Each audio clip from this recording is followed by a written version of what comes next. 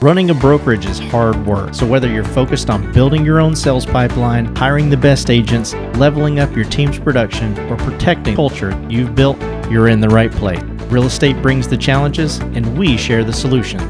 Welcome to the show dedicated to broker entrepreneurs. Welcome to the Brokerpreneur podcast. Hey, welcome to another episode of the Brokerpreneur podcast. I'm Dr. Vince Spears, the Doctor of Flow. I was like, I'm going to make people think, oh, it's a different podcast. Yeah, I don't think you spoke to anybody on that one. I'm here with big guy, Matt, Too Tall Vi. Right. I like to call him because I always got to adjust the camera and make sure I'm not chopping his head off. How's it going, Matt? Doing fantastic, Dr. Ben. How are you? I'm doing absolutely amazing. Good. Great. Had a great weekend, and looking forward to the week ahead. We got some really cool things, going Absolutely. on always, of course. Yep. But even more so toward the end of the year, right? This is when we want brokers to get out there and be like, don't put the turkey in the oven just yet, right? We talk about that. And so anyway, tell us what we're talking about today. Yeah, so we talk a lot about culture because culture is absolutely crucial with what's going on with the business in general, right? Making sure you're hiring the right people and the best people and all that kind of stuff. We're going to dig into a little bit how you can put that across in your interviews, what we're paying attention to, right? So that we're going to just how do you use that as a catalyst in your interviews to make sure that you're getting the people that you actually want to come to your office. Yeah, I like it. The word catalyst brings me back to school, right? Like I've taken so many tests that involve the word catalyst. But anyway, we'll see if this is more fun. This won't be one of those. Well, guys, before we get started, make sure that you hit that follow button, hit that subscribe button wherever you're watching or listening, and make sure that you smash that like button, right? Especially on YouTube, that helps the algorithm so much. So if you feel like, hey, you know what, I get some benefit out of the content that Matt and Ben bring to Brokerpreneur podcast, gosh, the biggest thank you that we can get is hitting that like button. So, Matt, let's define catalyst. Define it. You're the one that's taking it on all those tests. I know that, but in regards to an interview. Yeah, so you want that thing that they're just like, oh, this is it. Yeah. This is it. This is the company for me. Oh my gosh. Yeah. Right? They're not the same. They don't look like everybody else. They don't sound like everybody else. They don't smell like everybody else. Yeah. This is different. Oh my gosh, this is it. That's the catalyst we're looking for. Awesome. I love it. So if I'm a broker. See, that was never on a test. No, that's what I'm saying, guys. I learned something every time I talk to Matt, and that's one of the best parts. So you first have to have a good culture. Right. Before you can, use it as a catalyst to your interview. I guess you could get away with lying, but it's going to come out not right. for long. That's right. Like a day. Right. Once they get in there, they start shaking hands and trying to high five people, and people are like, "What the shit?" Let me put my mask on. That's right. Then that's a little bit different. So, but I see here in the first segment we're talking about building a magnetic culture. Right. And so. We've talked about that a million times. Let's touch on that just really, really quick, because sometimes people think culture, we've mentioned it, is a ping pong table or everybody being kumbaya and being best friends. And it's like, oh, I've got this great culture. We all go out and have happy hours and that kind of thing. Right. There's so many different cultures, right? Yeah, absolutely. And it has to be yours, right? I mean, so that's the key. You can't fake it, right, the whole time. You can fake it until it gets to a certain point, and then it becomes your culture, because culture really is a bunch of small actions that lead up to how you and everybody perceives you in the market, right? So I think probably the main thing to keep in mind is if you've got a culture of growth, okay, that is really what is going to ultimately attract the type of people that you want. Yep. Just think about it. Do you want stagnant people? Yeah. No. Do you want people that just continue losing at a higher level day after day? Oh, no. Of course. So you want people that are in an environment that they're like, I'm getting better. What I'm doing is expanding. My income is expanding. My learning is expanding. My team is expanding. My focus on how to do business in different sectors is expanding. It's growing. It's getting better. If you want those people in the office, then you have to be able to portray a culture of growth. Yeah. If you're not portraying a culture of growth, then you're portraying a culture of something else, right? Figure out what that is, get to the bottom of it. That is going to be significant when it comes to people going, okay, this is it. Yeah. Right. Okay. I feel it in here. Right. I'm in here and I walk in and the conversations, I can tell the vibe is just there. That I'm on the Zoom with them. We're having a great conversation. I can tell they're in an environment that wants me to get better. Yeah. The people around them want me to get better. When an agent feels that is the culture of growth. That's the vibe that if you've got that, that's going to trigger them. Yeah. That's when they're going to say, you know what, I'm in the right place for me to move in the direction I want to in my business. Yeah. And so, I want to touch really quick that, just like I did, that multiple cultures can have a culture of growth. Absolutely. Right, because it's like if when I had a small team, we had an office. It was right there on Indian Rocks Beach, and gosh, we would just take 30 minutes, an hour, bring our hotspot out with some beach chairs, and we would bring our laptops. We'd go work out there on the beach for 30 minutes to an hour, and then we would come back in. Or at the end of the day, there was this little pub right next to the office, and I think it's called the Red Lion. It was red some animal, and we would just finish the week. And every Friday, from 4 to 5, we would just go over there, grab an appetizer, talk about what was going on, get ready for showings and open houses and everything coming for the rest of the week. And I bring all this up because, again, there was no ping pong table. There was no ping pong table. We were productive, but Matt's office as a broker killed it rather. Every single year. Man, you ain't gonna go sit out on the beach. I'm not sitting on a beach with your hot spot and all that kind of stuff. And I just wanted to bring up those two examples. Everybody. My agents wouldn't even tell me they sat on the beach. Yeah, exactly. I did not.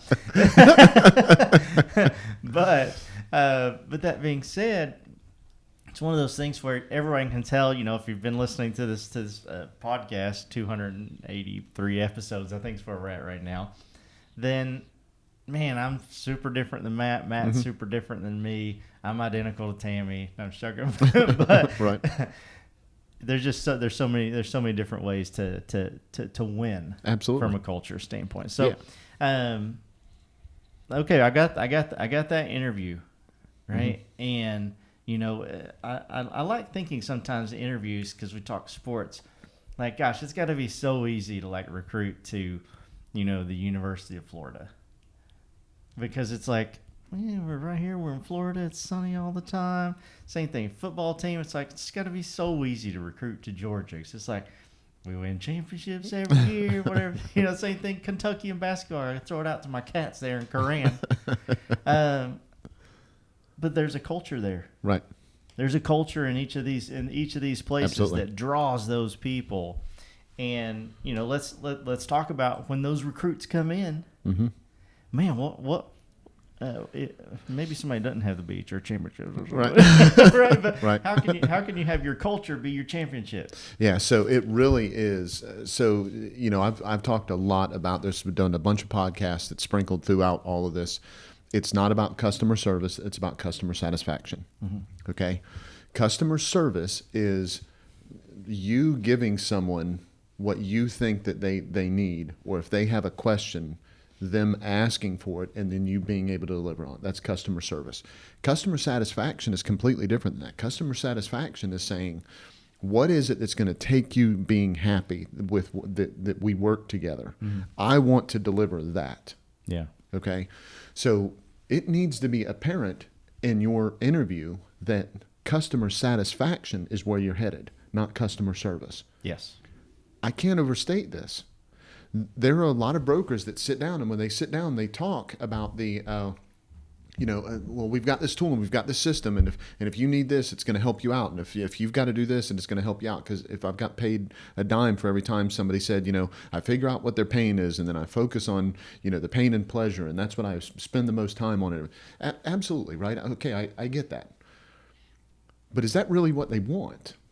Yeah. Customer service is saying, hey, I heard you say that this was the pain. Here's how we're going to get through that. Absolutely. That's great customer service. I've got the tool to help you do that. That's important. That's crucial. I'm not saying it's not. Of course. Okay.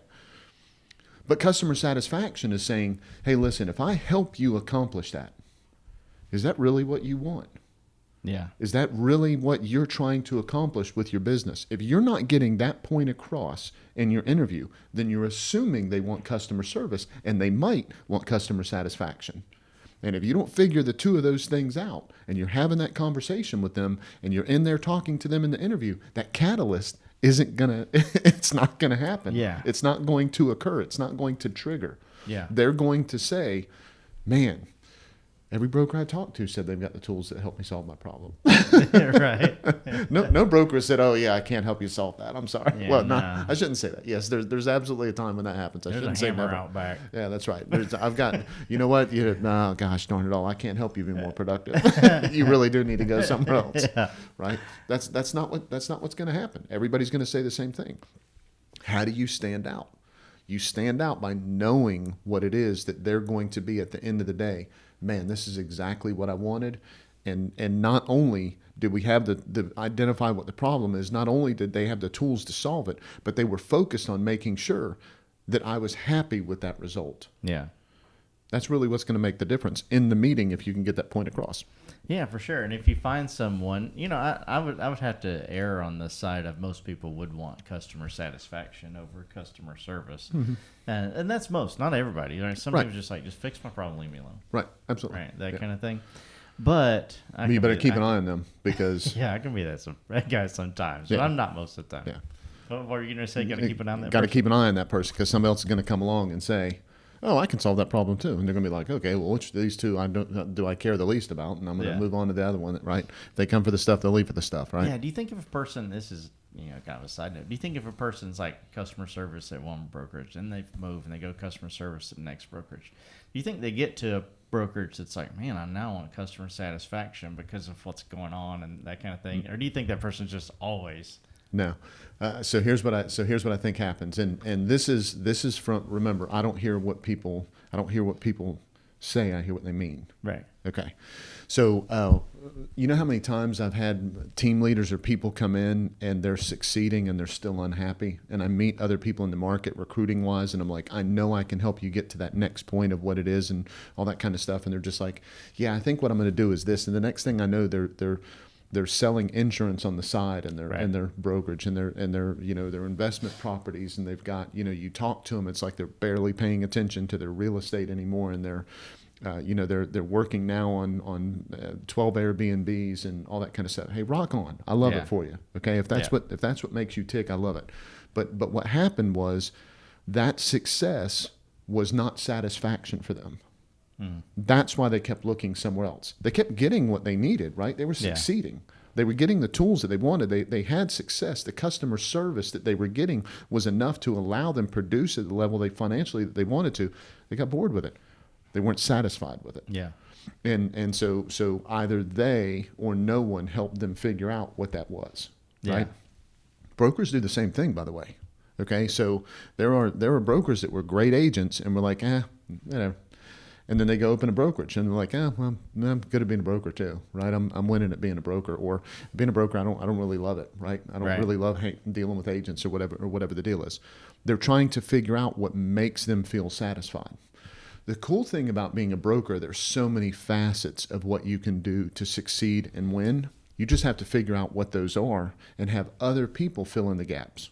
Yeah. And if that's the truth for you, then that's the truth for agents. When you're sitting down in your recruiting interview, are you having that type of conversation with them? Or are you just saying, hey, how come you didn't hit your goal last year? Oh, if you use this, my gosh, KV Core is going to solve that problem for you. Yeah. You didn't hit your goal because of this. Let's go get them. And the person's like, yeah, well, I did kind of hit my goal, right? I hit enough of a goal. Yeah. I'm happy. I'm whatever. But they're not satisfied with what they're accomplishing. Yeah. There are some people, I am completely convinced, that would work hard and make 5 times the money they could make if they could just give that money to someone else or some other organization, and they would feel more satisfied because of that, because they don't need it or want it themselves. They just want to be able to help at that level of contribution. Yeah. Help them figure that out, man. Yeah. That's when they're going to feel satisfied instead of just appreciating your customer service. That's got to come across in your interview. Yeah, I love that. Well, guys, you're gonna be like, man, Ben's my best friend after this next question. Oh, here we go. Right. So, Matt. Yep. Give me an example, or maybe one or two examples, or maybe three examples of. Okay, you're in an interview, right? We talk about our 4 pillars. We don't have to give away the secret sauce of the 4 pillars. If you guys go back to some early episodes, you'll find them. Yeah. Leads, cost, revenue, expense, training, culture. Exactly.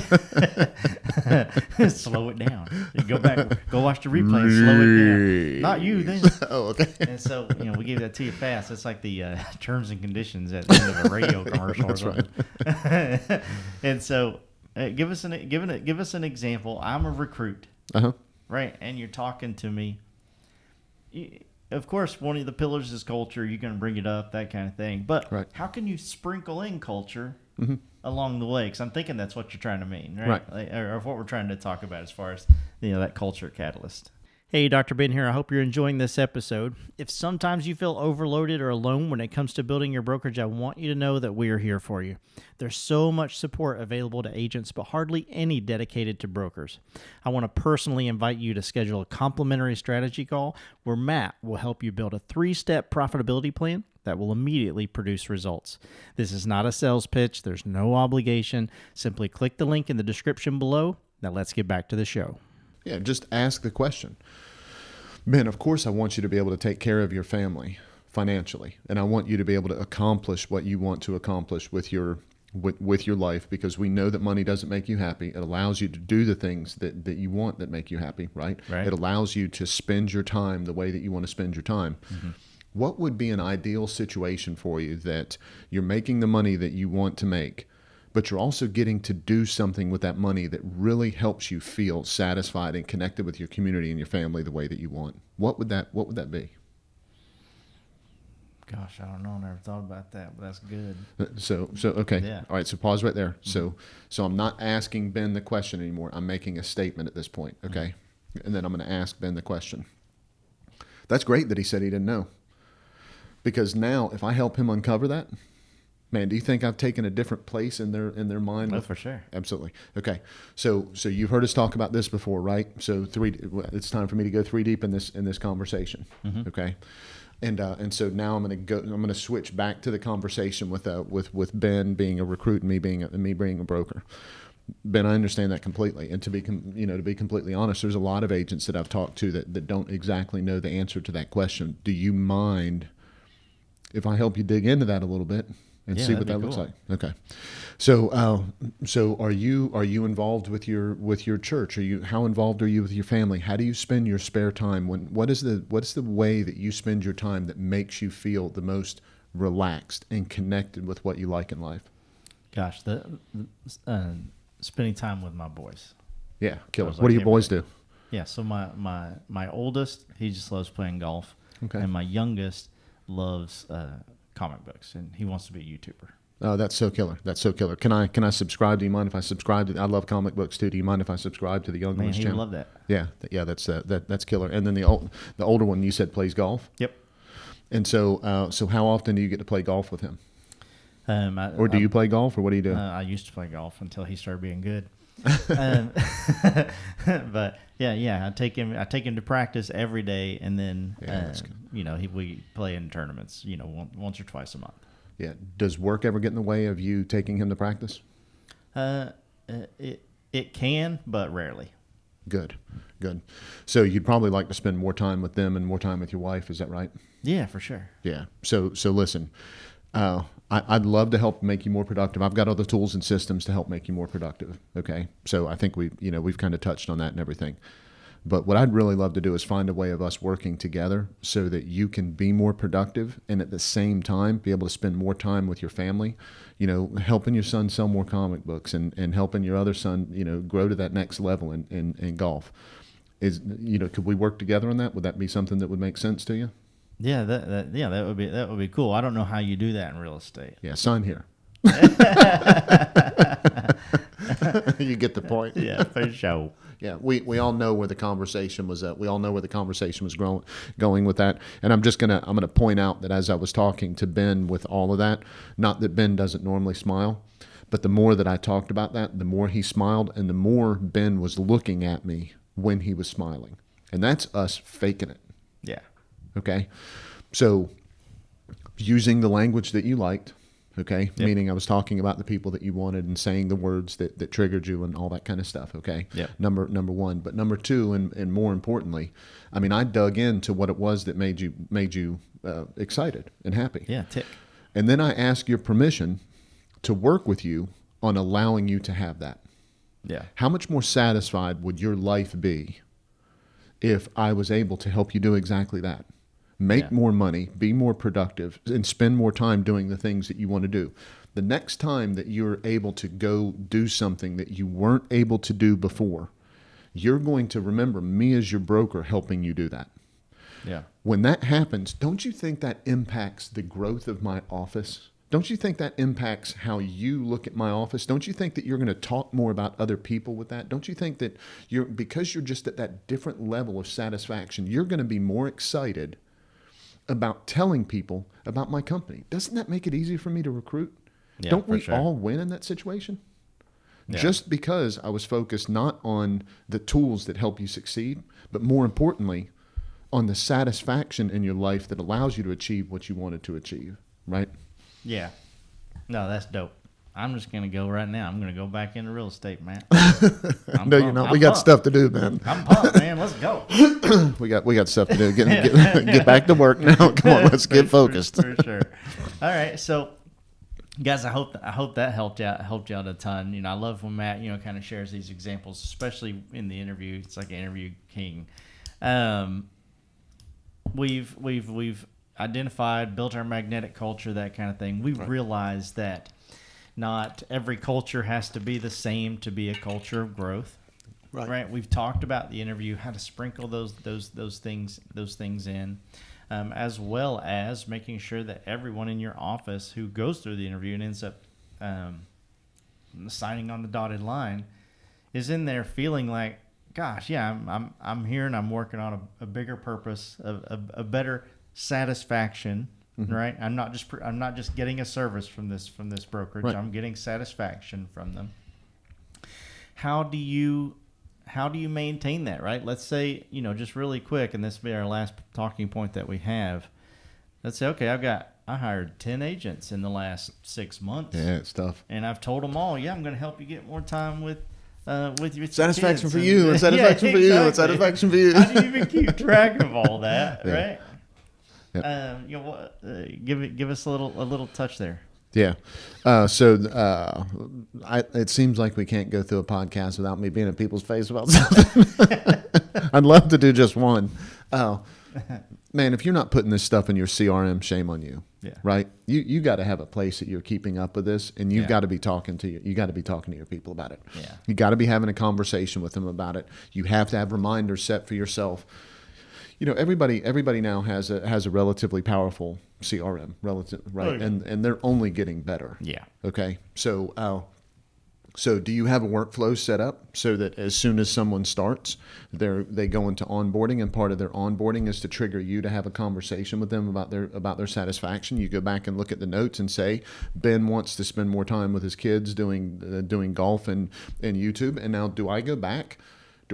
I'm somebody that needs a reminder for this. It's not that I don't want to do this, but I need a reminder for this to go back and actually subscribe to your son's channel.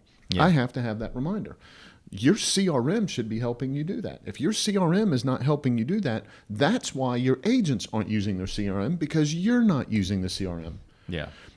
So if I remember and I go out and I actually subscribe to Ben's son's YouTube channel, and I ask them about how the tournament is going, and I follow up with the other 10 agents and follow and connect with them on all the things that they're doing that are about them enjoying and appreciating being in the real estate business, because they can live the life that they want to. If I keep following up with them on all of those things, don't you think some of them are going to say, man, how do you keep up with all this? Yeah. And then your answer is going to be, it's a CRM, dummy. Yeah. And they're going to go, Maybe not oh, exactly like yeah, that. not exactly like that. They're going to go, oh, wait a minute. I could do that with my clients, couldn't I? What? She goes, what? If you want them to be that way, you have to lead that way. Yeah. If you profess to be a great broker, and if you profess to love your agents, and if you profess to be somebody that really is looking out for the best of the agents, and you're not keeping up with this stuff in the CRM, I'm going to question you. Are you performing at the level you should? Yeah. I like that, Matt. Well, before I put a little bow on, I know you always have an action item for us. Let's talk about that action item. And I want to say thank you. This is the first conversation I've had in a long time about catalysts that didn't involve electrons and chemical equations. Right. So, chemicals. Yeah, chemicals. I appreciate that. So give us an action item. Yep. So super simple. Go back and look at your roster, and then look at your CRM, and go make some notes about those people. Yeah. 3 people a day. Go in there and make some notes about what you know about them. And I'm going to urge you that if you don't know anything about them, you better pick up the damn phone and call, because somebody else listening to this podcast is going to do what we just talked about. They're going to hire your agents. Yeah, and it's going to jazz you up. Oh, it is. Yeah, Absolutely. once you learn, like, man, absolutely, more about these people, yeah, it's just going to jazz you up. Absolutely. So great action item. Ben, anything else? No, man, I'm good. Let's go ahead and put a bow on this. All right. You go. Well, guys, if you're watching this on iTunes, Spotify. That was you catalyzing yourself. Exactly. I was getting myself going. Watching this on iTunes. Listen to this on iTunes, Spotify, Stitcher, Deezer. Make sure you hit that follow button. If you're watching this on YouTube, what's up? We appreciate you being here on the tube. Make sure you hit that thumbs up button. That helps us a ton. Leave a comment down below if you're more into customer service versus customer satisfaction, guys. That's cool. Or let us know what your culture is like in your office. We would let us know if you got a ping pong table. We'll come play some ping pong. Yeah, exactly. I'm no good, but maybe that's why you want me to play. Yep. Other than that, hit that red subscribe button, that bell right beside of it. You're notified every time we drop a new episode. And check out brokerpreneurpodcast.com and all of the cool things that we have in the links in the description below to help you grow your brokerage that are absolutely free. Everything from the high value recruiting bundle that has, like hours of content inside there. We've got Brokerpreneur, Not So Secret Society. We just updated our website, and so it's looking super fly. And you know what's the most valuable thing that you can do in all of it? Spend 10 minutes with Matt. Right? There's a link down there to just get on his calendar and chit chat to Matt about your brokerage, and learn more about what Brokerpreneur has to help your brokerage. Matt, I know what we can talk about. If they don't know what we can talk about, but I'll certainly talk about what they want to talk about. Oh yeah, absolutely. Yep. Matt, we do all that for one reason alone, brother. Tell them why that is. Man, we just want to be part of their win.